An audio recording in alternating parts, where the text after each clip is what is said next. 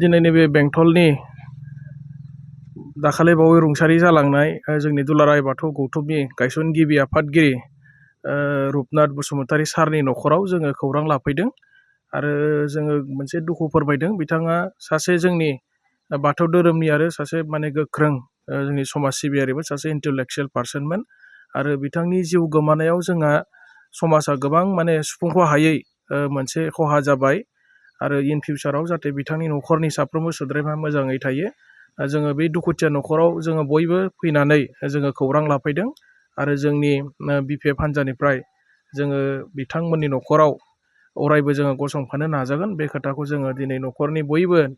दुखुथिया सोद्रोमाफोरजों लोगोसे जों सावरायफैदों आरो जोङो फैबाय थानाय सारादुआवबो जों जाहाथे रायजो राजाफ्रा बयबो जोङो बाहागो लाफैनानै सारादुखौ मोजां रोखोमै जाफुंसार खालामनो हायो